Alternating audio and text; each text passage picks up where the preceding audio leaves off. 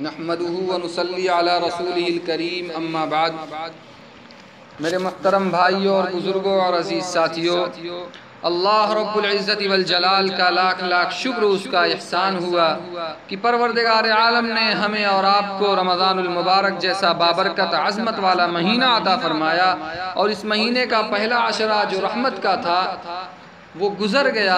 دوسرا عشرہ جو مغفرت کا ہے وہ بھی بالکل ختم ہونے کے قریب ہے، تیسرا عشرہ جو جہنم سے خلاصی کا ہے، جہنم سے آزادی کا ہے، جس عشرے کے اندر، اس آخر عشرے کے اندر مومن بندہ اعتکاف کرتا ہے، اور اعتکاف کرنا آخر عشرے کے اندر سنت مؤکدہ علی الکفایہ ہے، یعنی پورے گاؤں والوں میں سے ایک شخص، ایک بندہ اگر مسجد کے اندر اعتکاف کر لے تو پورے گاؤں والوں کی طرف سے وہ سنت ادا ہو جائے گی، اور اس سنت کے چھوڑنے کا جو گناہ بندے کو ملنے والا تھا اس گناہ سے بندہ بچ جائے گا۔ اور گاؤں کے اندر جتنی بھی مسجدیں ہیں، ہر مسجد کے اندر، ہر محلے کی ہر مسجد کے اندر اعتکاف کرنا یہ بہتر ہے اور اچھی بات ہے، کیونکہ ہر گاؤں ہر محلے کے اندر اگر کر لیں گے تو اس کے اندر کیونکہ اختلاف ہے، بعض لوگ کہتے ہیں ہر مسجد کے اندر، بعض لوگ کہتے ہیں کہ قریے کا لفظ آیا ہے حدیث کے اندر، تو صرف گاؤں میں ایک لوگ اگر ایک شخص بیٹھ جائے گا تو وہ سنت ادا ہو جائے گی، تو تمام فقہا کی بات پر عمل بھی ہو جائے گا۔ تو میرے دوستوں اور بزرگوں، یہ ہوئی ایک بنیادی بات اعتکاف کے سلسلے میں، اور میں خاص بات آپ سے یہ عرض کر رہا ہوں کہ زیادہ سے زیادہ احتیاط کیا جائے، حکومت کی طرف سے جو اعلان ہو اسی کے مطابق اعتکاف کیا جائے۔ اگر گاؤں کے اندر صرف ایک ہی مسجد میں اعتکاف کرنے کا حکومت کی طرف سے اعلان آیا ہے، حکومت کی طرف سے اجازت ملی ہے، تو ایک ہی مسجد کے اندر بیٹھا جائے، ہر مسجد کے اندر نہ بیٹھا جائے، اس سے بچا جائے۔ دیکھیے میں تین باتیں آپ کے سامنے عرض کروں گا۔ سب سے پہلی بات یہ کہ اعتکاف کی حقیقت کیا ہے، اور دوسرے یہ کہ اعتکاف مسجد ہی کے اندر کیوں ہے، اور تیسرے یہ کہ اعتکاف کی فضیلت کیا ہے۔ دیکھیے اعتکاف کی حقیقت کے بارے میں محققین نے فرمایا کہ نبی اکرم صلی اللہ علیہ وسلم پر پہلی آیت جو نازل ہوئی، پہلی وحی جو نازل ہوئی غار حرا کے اندر، اس وقت آپ کی جو کیفیت تھی اس کیفیت کا نام رمضان ہے۔ نبی اکرم صلی اللہ علیہ وسلم غار حرا کے اندر کئی دن کا توشہ آپ لے کر جاتے تھے، کم کھاتے تھے، کم پیتے تھے، آپ بھوک زیادہ برداشت کرتے تھے، تو اس کیفیت کا نام رمضان۔ اور دوسرے کہ نبی اکرم صلی اللہ علیہ وسلم غار حرا کے اندر جا کر خوب عبادت کرتے تھے، تو اللہ رب العالمین نے رمضان المبارک کے اندر عبادت کے بھاؤ کو بڑھا دیا، اور رمضان المبارک کے اندر عبادت کے اندر اضافہ کر دیا،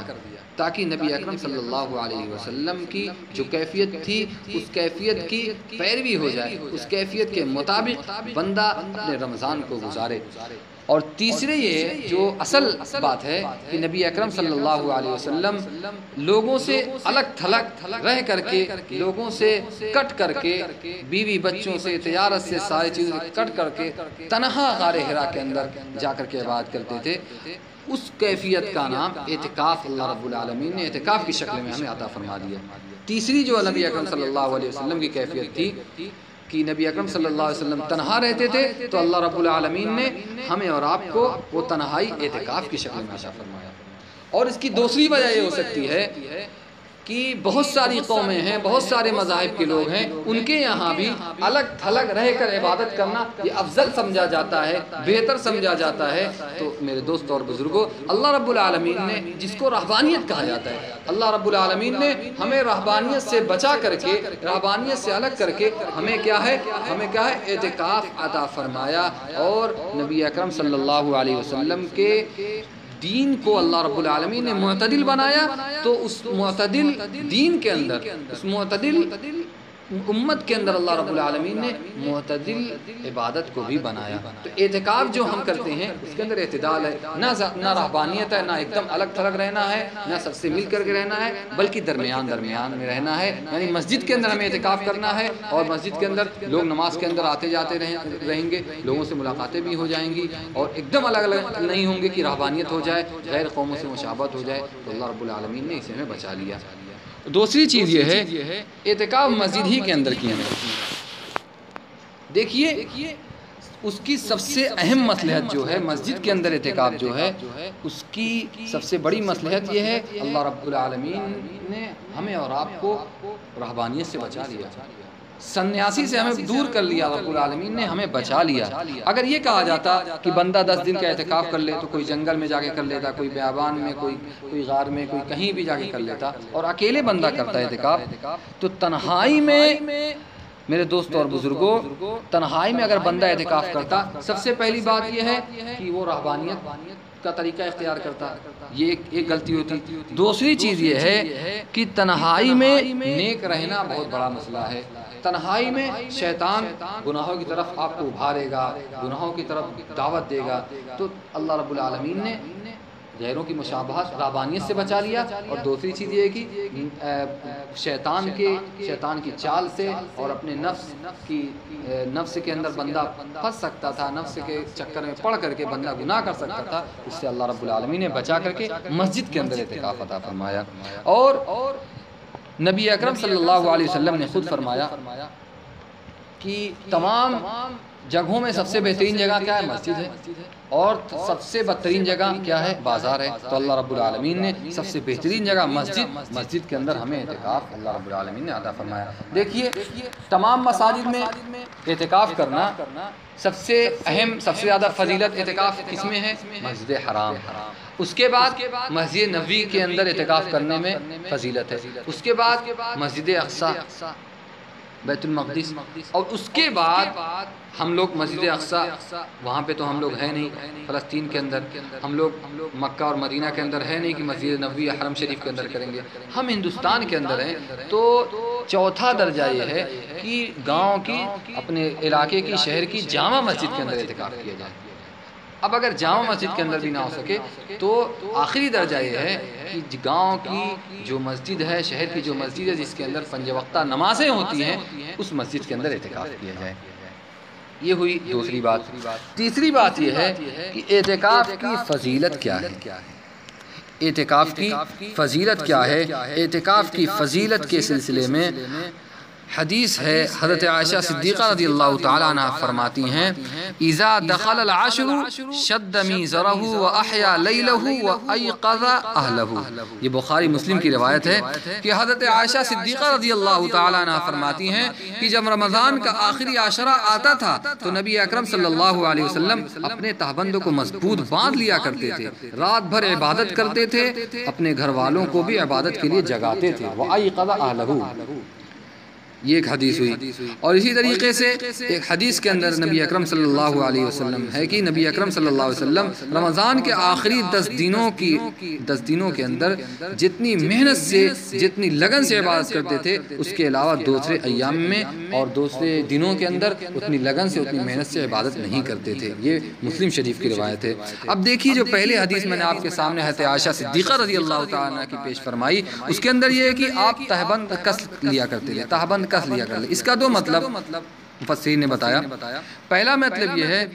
کہ خوب محنت اور کوشش سے عبادت کرتے تھے، اور راتوں رات نبی اکرم صلی اللہ علیہ وسلم جاگتے تھے۔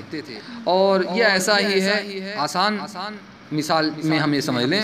کہ جیسے ہمارے یہاں کہا جاتا ہے جب محنت کا کام ہوتا ہے تو کہا جاتا ہے کمر کس لو، تو اسی طریقے سے یہ بھی ہے کہ نبی اکرم صلی اللہ علیہ وسلم کمر کس لیتے تھے، یعنی عبادت کے لیے بالکل تیار رہتے تھے اور عبادت خوب کرتے تھے۔ دوسرا مطلب یہ ہے تہبند کس کر باندھ لینے کا کہ نبی اکرم صلی اللہ علیہ وسلم رات کے وقت بیویوں سے دور رہتے تھے، بیویوں سے الگ رہتے تھے، کیونکہ آپ ساری رات عبادت کے اندر گزار دیتے تھے اور اعتکاف بھی ہوتا تھا۔ اس لیے رمضان کے آخری عشرے میں نبی اکرم صلی اللہ علیہ وسلم عبادت کے اندر پوری رات گزارتے تھے اور لیلۃ القدر کی تلاش کے اندر رہتے تھے۔ اسی طریقے سے ایک حدیث کے اندر نبی اکرم صلی اللہ علیہ وسلم ہے کہ یعتکف العشر الاواخر من رمضان، رمضان کے آخری عشرے میں نبی اکرم صلی اللہ علیہ وسلم اعتکاف کرتے تھے۔ اسی طریقے سے ایک حدیث کے اندر ہے، تیسری حدیث کے اندر، من اعتکف عشرا فی رمضان کان کحجتین وعمرتین، کہ جو بندہ رمضان کے 10 دنوں کے اندر اعتکاف کرتا ہے تو اس کا یہ عمل 2 حج اور 2 عمرے کی طرح ہو جاتا ہے، یعنی اس کو اللہ رب العالمین 2 حج اور 2 عمرہ کے ثواب کی طرح اللہ رب العالمین اس کو ثواب عطا فرماتے ہیں۔ اسی طریقے سے ایک اور حدیث کے اندر ہے، اللہ کے نبی صلی اللہ علیہ وسلم نے، ابن ماجہ کی حدیث ہے، هو یعتکف الذنوب وَيُجْرَى لَهُ مِنَ الْحَسَنَاتِ كَعَامِلِ الْحَسَنَاتِ كُلِّهَا کہ نبی اکرم صلی اللہ علیہ وسلم قال فی المعتکف، معتکف کے سلسلے میں فرمایا نبی اکرم صلی اللہ علیہ وسلم نے، وہ گناہوں سے روکا رہتا ہے یعتکف الذنوب، وہ گناہوں سے رکا رہتا ہے اور اس کی تمام نیکیاں ایسی ہی جاری رہتی ہیں جیسے وہ ان ساری نیکیوں کو کر رہا ہے۔ یعنی بندہ اعتکاف کے اندر نیکیاں کرتا بھی نہیں ہے، سوتا رہتا ہے بندہ، تب بھی اس کو ثواب ملتا رہتا ہے۔ اسی طریقے سے ایک حدیث کے اندر ہے، من اعتکف یوما ابتغاء وجہ اللہ تعالی جعل اللہ بینہ وبین النار ثلاث خنادق کل خندق ابعد مما بین الخافقین۔ حضرت ابن عباس رضی اللہ تعالی عنہما سے مروی ہے کہ نبی اکرم صلی اللہ علیہ وسلم نے فرمایا، جو بندہ ایک دن کا اعتکاف کرے اللہ کی رضامندی، اللہ کی خوشنودی کے لیے، تو اللہ تعالیٰ اس کے اور جہنم کے درمیان 3 خندق حائل فرمان دیتے ہیں، 3 خندق کو آڑ بنا دیتے ہیں، اور جو تینوں خندق ہے اس میں سے ایک خندق کل خندق ابعد مما بین الخافتین، ایک خندق کی مسافت جو ہے آسمان و زمین کے درمیان جتنی دوری ہے اتنی مسافت ایک خندق کی ہے۔ تو میرے دوستوں اور بزرگوں، اتنی زیادہ فضیلت ہے، اتنی زیادہ اللہ رب العالمین کی طرف سے عنایت ہے ہمیں اور آپ کو۔ رمضان کے آخری عشرے میں جو 2-3 کل سے ہو سکتا ہے اسٹارٹ ہو جائے، کل 20 رمضان ہے، کل سے ہم اور آپ اگر حکومت کی طرف سے اجازت ہو تو ہم اور آپ کیا ہے مسجد کے اندر اعتکاف کریں، خوب اللہ کے سے اپنا تعلق جوڑیں، اللہ کے سامنے گڑگڑائیں، معافی مانگیں اللہ سے، اللہ کا قرب تلاش کریں۔ اللہ تعالیٰ ہمیں بھی اور آپ کو بھی کہنے سننے سے زیادہ عمل کی توفیق سے نوازے۔ اور آخری بات یہ ہے، ایک بات یہ میں کہہ رہا ہوں، اگر حکومت کی طرف سے اجازت نہ ہو تو اپنے گھر کے اندر ہم ایسا کوئی نظام بنا لیں کہ ایک کمرہ شفٹ کر لیں۔ گھر کے اندر تو ویسے اعتکاف نہیں ہو سکتا، اعتکاف تو مردوں کا مسجد ہی کے اندر ہے، لیکن گھر کے اندر ایک کمرہ بنا لیں، اس کے اندر آخری 10 جو عشرہ ہے، آخری 10 دن اس کے اندر خوب عبادت کریں، راتوں رات جاگیں، لیلۃ القدر کی تلاش کے اندر رہیں، تاکہ جو مسجد کے اندر ہمیں فضیلت ملنے والی ہے لیلۃ القدر تلاش کرنے کے لیے، جو مسجد کے اندر ہم اعتکاف کرتے ہیں وہ ہمیں گھر کے اندر بھی اللہ کی ذات سے بعید نہیں ہے۔ اللہ تعالیٰ بندے کی کس ادا سے راضی ہو جائے، تو یہ شکل اختیار کر لیں گھروں کے اندر اگر کرنا ہے۔ اللہ تعالیٰ ہمیں بھی اور آپ کو بھی کہنے سننے سے زیادہ عمل کی توفیق سے نوازے، آمین۔ وآخر دعوانا الحمدللہ رب العالمین۔